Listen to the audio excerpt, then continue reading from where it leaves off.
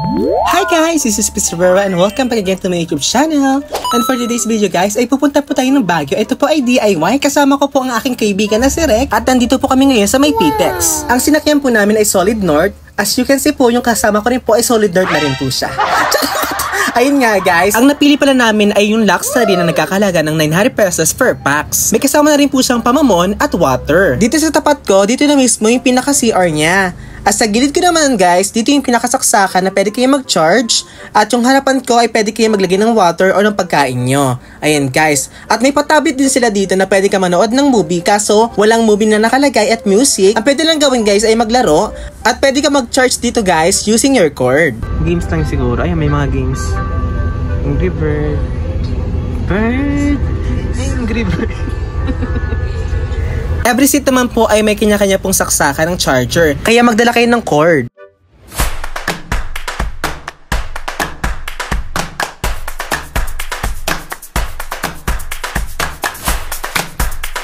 Welcome to Baguio City. Ayun guys, nandito na tayo sa Baguio City. Ang una po natin gagawin ay ilagay muna natin yung baggage natin dito sa may baggage counter. Malapit lang po ito sa sakayan ng Solid North mismo, sa pinaka-bus station nila. Kaya ayun guys, iiwan muna namin to. Magbabayad kami ng 20 pesos per baggage guys ha. Per baggage po, 20 pesos babayaran natin. At para makapaggalagala na tayo kasi nga 2 PM pa yung check-in natin sa ating pinaka-transient house. Ang una natin pinuntahan, syempre hindi na tayo lalayo, ang SM. Umakit agad kami sa may rooftop at napakaganda talaga guys. As in, ang ganda. Green na green yung lugar at kitang-kita yung Burnham Park. Kahit nasa arawan ako, napakalamig pa rin. Iba talaga yung simoy ng hangin dito sa Baguio. Next naman ay pupunta tayo sa simbahan sa may katedral para magpasalamat kasi nga safe tayo nakarating dito sa Baguio.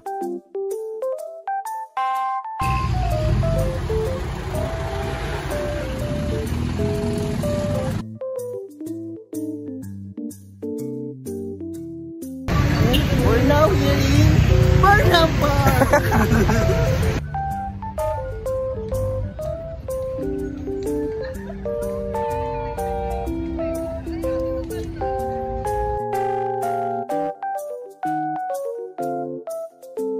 At dahil nga 12:30 PM na ng hapon, naisipan na namin ni Reg na pumunta sa pinaka-hotel na ipag-istay natin 3 days. So bali guys, per day na to ay 1,300. Good for 2 packs na po yun. Bali mag-stay tayo ng 3 days and 2 nights po. Ang babayaran po natin ay 2,600 pesos at medyo po mag-deposit ng 500 pesos. Makukuha nyo po yun kapag po nag-check out na. Hi! Welcome to Dormitory! Ayan guys, dito na tayo sa dormitel. Campo Pilipino, ang ating pinuntahan na dormitel dito. At mura lang guys, 1,300 lang ang kada stay. Good for 2 person yun ha. Yan.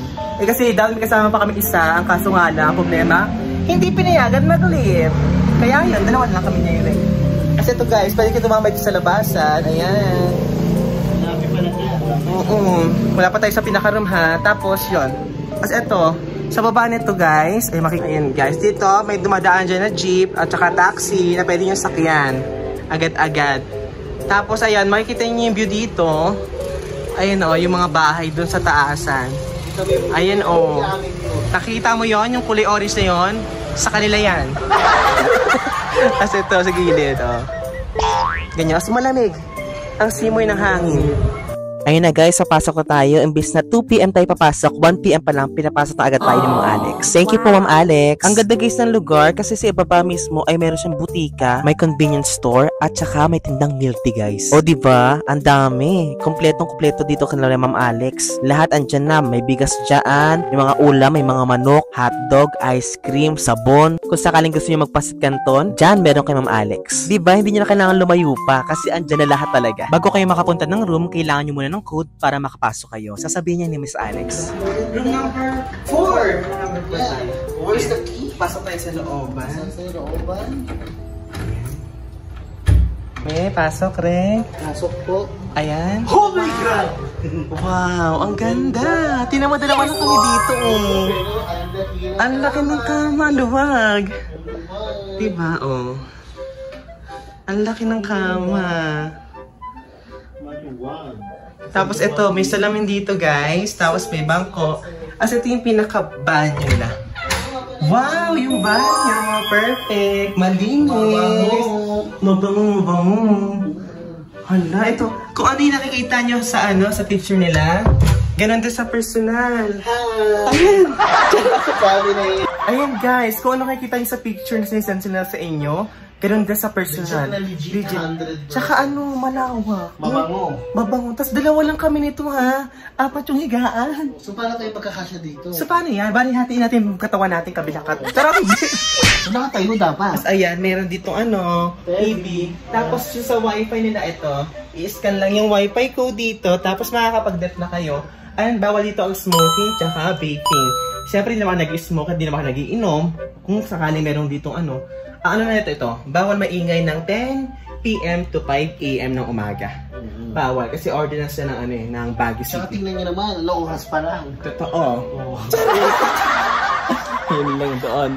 Pero okay lang naman niya kasi may cellphone naman tayo para mag-check natin oras natin, di ba? Ito yung sabon, tapos toothpaste na sachet, tapos merong water at saka merong tissue.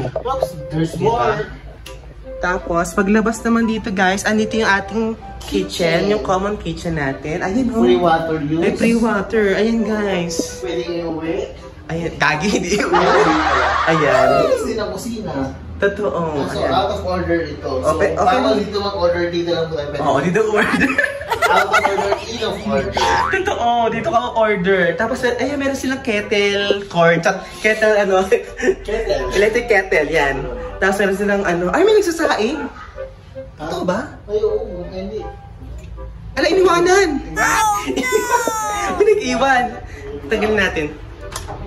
Ayan, iniwanan yung sinaing. Tsaka may mga rolls din po sila. Ayan, as you go, hugasan at linisan po ang mga pinaglutuan. Salamat.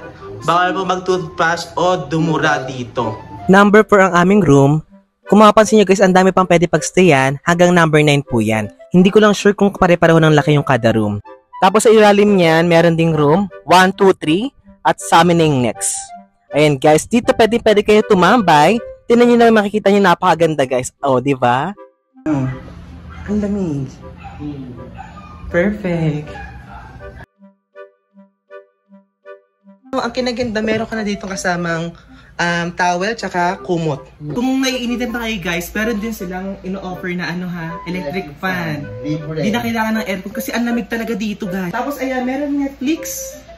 Pwede kami Netflix. Oo, napanood ko na isang gabi na yan. Yes. Ang dalawa na kasi guys, ang presyo nyo lang is 1.3. Diba? Pero depende yata yan kung maramihan kayo, baka may mas discount pa. Depende. Depende sa management yan.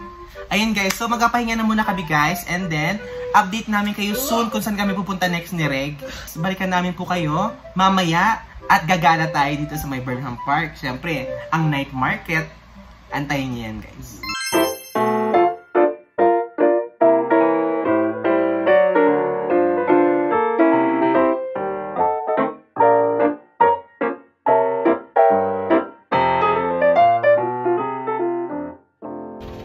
Ito suot namin ni Reg ngayon. Kasi malamig. Totoo. Sa mga oras na to, nag-iisip kami ni Reg kung bibili kami ng taho. Ikakatapos lang namin kumain, kaya yun, hindi na kami bumili ng taho. Sa isip ko na lang, mayroon pa naman bukas. Napansin ko lang guys, yung mga tendero sa night market, mga gwapo. Ano tanga? At napansin ko rin guys, ang daming LGBT ha, na magjowa na nandoon. Holding hands talaga ha. Dapat ba't kanya? Para mga tanga to eh. Mga nang-iingit kasi, parang tanga eh.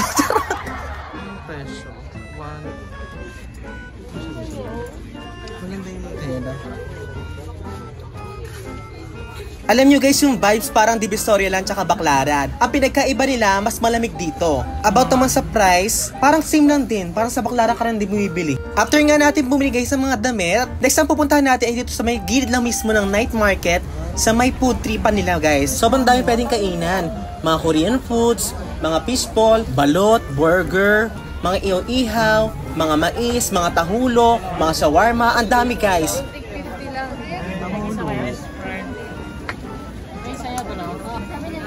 Eh, dalawa. Tanghulo ba?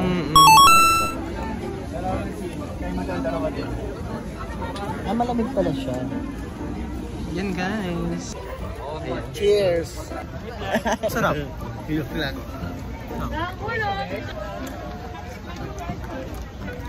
Ito na naman. Sugar.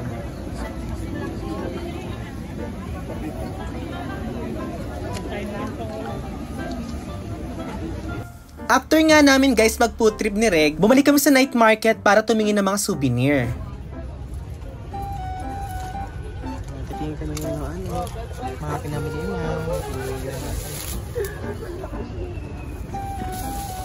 Titingin kami ng mga souvenir. Dahil malapit na mag alas 12, umuwi na rin kami kaagad kasi nga, birthday ko po guys. It's my birthday. Happy birthday to me. Pumunta ako ng Baguio para dito ako mag-celebrate ang aking birthday.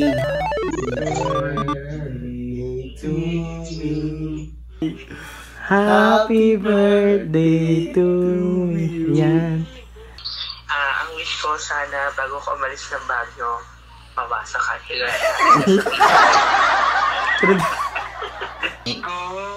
Bago siya umuwi, maka-take out siya ng igorot. Baka yung statue yan, ha?